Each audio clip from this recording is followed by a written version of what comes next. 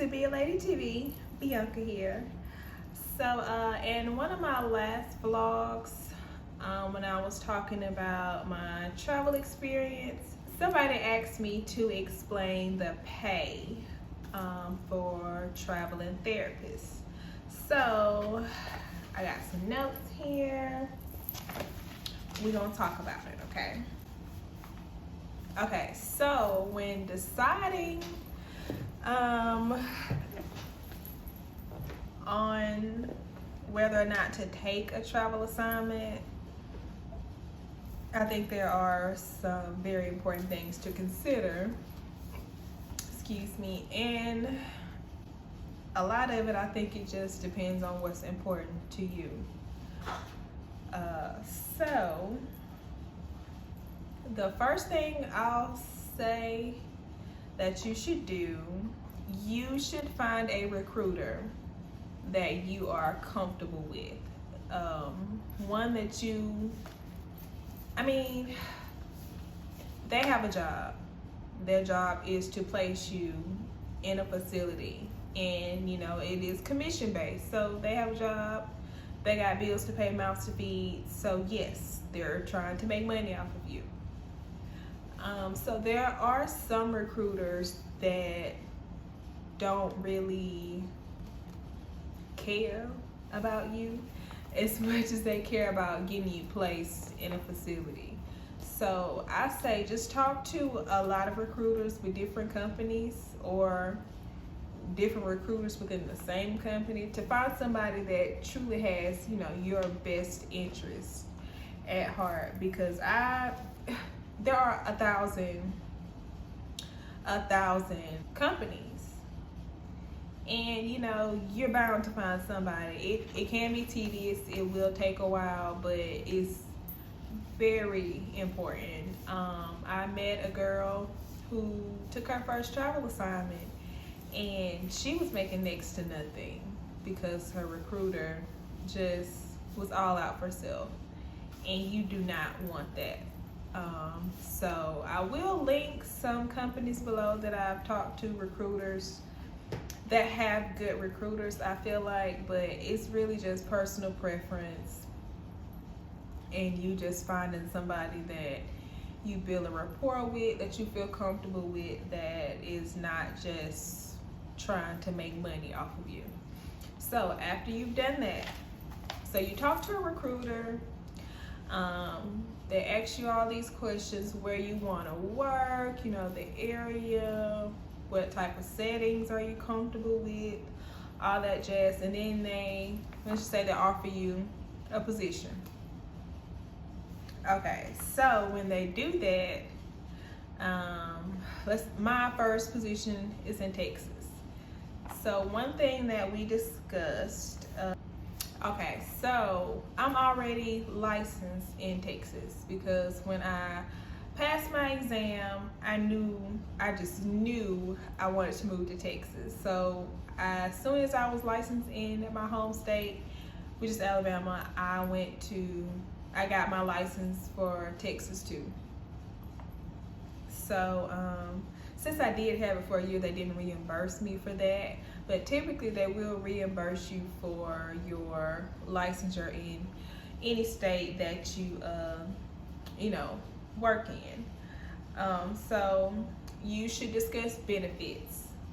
Again, this is one of those things that may be important to some but not to others. For me, it was important. If you're younger than me and you're still on your parents' insurance or whatever, then that might not be a big deal for you. But as an older adult, I need my own insurance. And how that works is you're covered after the first 30 days of working at your assignment. And then let's just say after that assignment, you decide to take a few weeks off or what have you, then you're still covered as long as you begin another assignment within 30 days. So there's that. And then like 401ks and stuff, I hadn't gotten to that yet. I really should, but all those benefits. And then like PTO, sick time, vacation time. You do get PTO and Well, sick time. Some companies, they lump it all together. It doesn't matter, PTO, sick time, vacation time. You got time off, so you use it how you see fit. But usually start earning PTO time after your first assignment. Okay, travel reimbursement. Not all contracts will give you travel reimbursement, and it just depends. This assignment that I'm currently on, I got a travel reimbursement, and the next one I've already accepted a new position in another state, and that one does not have a travel reimbursement. But it's just the way that it's so confusing. There's a pay package, okay, and everything is broken up into these little segments. So if you have a good recruiter, they're gonna divvy up the amount of money that they're allowed to give you in a way that you get the most of it. So, like I said, I don't get a travel reimbursement for my next assignment, but the amount that I'll be getting paid is well enough for me to not worry about a travel reimbursement. So, it just, you gotta pick and choose your battles, really. And how long is the assignment? My assignments have been 13 weeks, but I've seen some as short as 6 weeks and as long as 26 weeks. So that's something to consider. And housing and the location. For me, my safety is top priority. I'm not gonna stay just anywhere. So I'm willing to pay more for, to be in a nicer area. So I have to take that into consideration when we discuss pay. And I'm gonna talk about pay a little bit more. But a rule of thumb, I don't feel like your rent where you're going to be staying should be more than a weekly paycheck. You get paid weekly. So if you can't pay your rent in 1 week's worth of pay, you're already losing, because that means you're paying too much and you're not getting paid enough. You're living above your means. Don't do it. Especially if you have a home or something that you're paying for back at home. Like me, I kept my apartment because I didn't know how often I would be traveling, if I would even like it after my first assignment. So I renewed my lease, so I have to really consider that too. I still have bills at home and I have bills while I'm traveling. And of course, you always want to try to get somewhere that's safe and close to the job, because gas is high. It's skyrocketing out here. You don't want to be 45 minutes away from your job during a time like this with gas as high as it is. And there are lots of ways that you can find reasonable, safe housing. For this assignment, my recruiter knew someone here.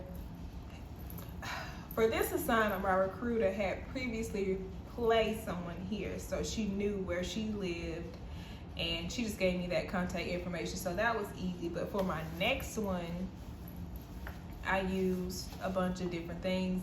I used Google, I used Furniture Finder, apartments.com, just different websites like that, and I can list those below in the description box if you want. Just write in the comments if you want me to list those websites. But I looked at those, and I only look for living arrangements that are furnished and that have all utilities included, because you're only going to be at this place for 3 months. You don't want to have to deal with furniture and renting furniture. You can rent furniture, but that's another bill. And utilities, you don't want to have to get lights, water, gas, all internet, all that in your name for 3 months. That's just another hassle that you don't want to have to deal with. Okay. Now my colleague, the PGA that's at the facility that I'm at now, he's an older man, and he's been traveling for like 10 years, and he has no problem living in hotels and motels. I'm not doing that. That's not me. So, you know, that's why I said I understand that the places I want to live are going to cost a tad bit more, and I'm perfectly fine with that. Okay, so again, with housing, just consider the cost of living in that area too. The cost of living should match the pay that they're giving you. I have seen tons of jobs. Prime example, I wanted to go to Washington, D.C. so bad. So bad I wanted to be there, but they were paying next to nothing to live there. It's expensive. You know, it's a much larger city. So, you know, apartments there, I don't want a roommate. That's another thing. I want my own space, my own everything. So the cost of living in DC is ridiculous, and they were paying like $1,000 a week. Like, what am I supposed to do with that? You know, you do not want to be a travel anything. You don't want to travel if you're only going to break even. That's not benefiting you at all. You know, it's only benefiting the facility and your company because they're getting their money, but you're out here struggling. You can't even take yourself out to eat. You know, no, we don't do that. Housing, food, gas, services on your car if you're going to be traveling, you know, to different states, like oil changes, tune-ups,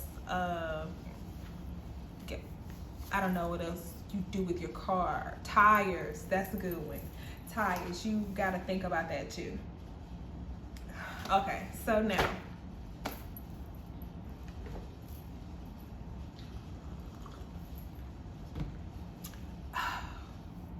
the pay. It's all considered a pay package. Like I said earlier, a ball of money. And the pay package is set up to where you get a base pay and a stipend, a weekly stipend for your housing, food, meals, incidentals, whatever.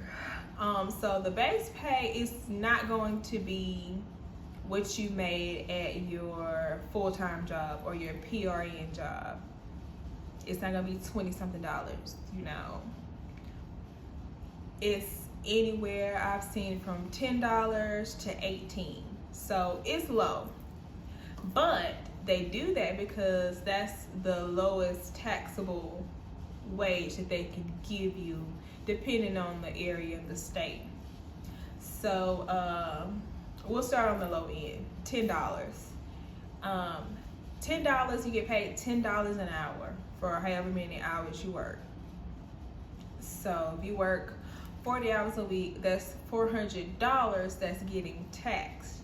It don't sound like a lot. But your stipend, which is upward of, I'm hoping, you know, $500 a week or something, you know, that is tax-free income. So a good recruiter will get you a good base pay, you know, anywhere between $10 and $18. I've seen 10, 11, 12, 15, 18.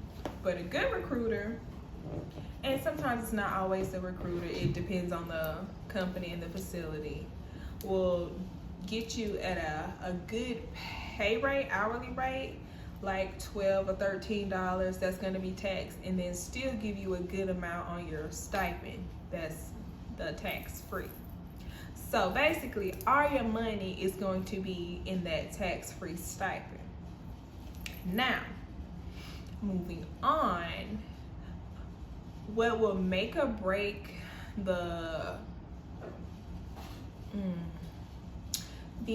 what's the word I want to use? I don't know. But what should make or break your contract is the guaranteed hours. One thing I will say I learned from this experience is know the guaranteed hours. My current contract is 32 guaranteed hours. So you should not only know the guaranteed hours, know the facility too. That you will have like an interview with the facility and you get a chance to ask the DOR, the director of rehab, these questions. Ask them how many people do they generally have on caseload. Why do you need a therapist? Is somebody, going to be out for maternity leave? Have y'all just been struggling to find people? Or, the caseload is so high that you can't keep up? Ask those type of questions, because the facility that I'm in now is super low caseload. It's like 15 people in the whole facility, and I have 6 on caseload. So I'm not getting 40 hours. And when they build these pay packages, they base everything off of a 40-hour work week. That being said, when you do not make 40 hours, you get what they call reduced hours offset.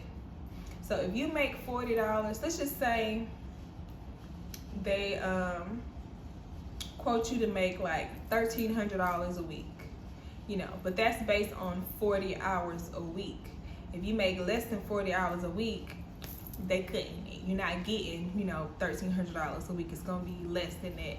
So with that being said, ask the questions on how many patients are generally on caseload, guaranteed hours. Because like I said, the facility that I'm in, I don't get 40 hours. So my pay is not what I was originally told that it would be. Me and my recruiter, we had a heart-to-heart about that, because that wasn't really explained to me. And I hope I'm explaining it to you in a way that makes sense. If not, please just let me know. I'll try to break it down some more. Yeah, so for instance, again, I'm not getting 40 hours, so my pay is cut. Not a whole lot, but it's enough for me to miss it. So, again, be mindful about those guaranteed hours. And guaranteed hours just means that even if the caseload drops down to like 3 or 4 people, I'll still get paid for at least 32 hours. That's kind of okay, but I can't live off of 32 hours when I have, responsibilities back home. And again, that's what I say when I mean you don't want to work to break even, because 32 hours is me breaking even. I don't like even, I like more. Okay, so again, to really reel it in, what you need to consider before taking a travel assignment is finding a recruiter that you have a rapport with, that gives a damn about you. Okay, consider the location. This place is 2 hours away from the nearest airport, and that's annoying. It's more expensive because I have to drive, put 2 hours worth of gas in my car, 4 hours, because I have to go there and get back. And flights are more expensive in smaller towns. Like, I just had to go home for a death in the family, and my flight was close to $600. And I had to drive there 2 hours and back 2 hours. So consider the location, the cost of living, safety, safety, safety, safety, safety. And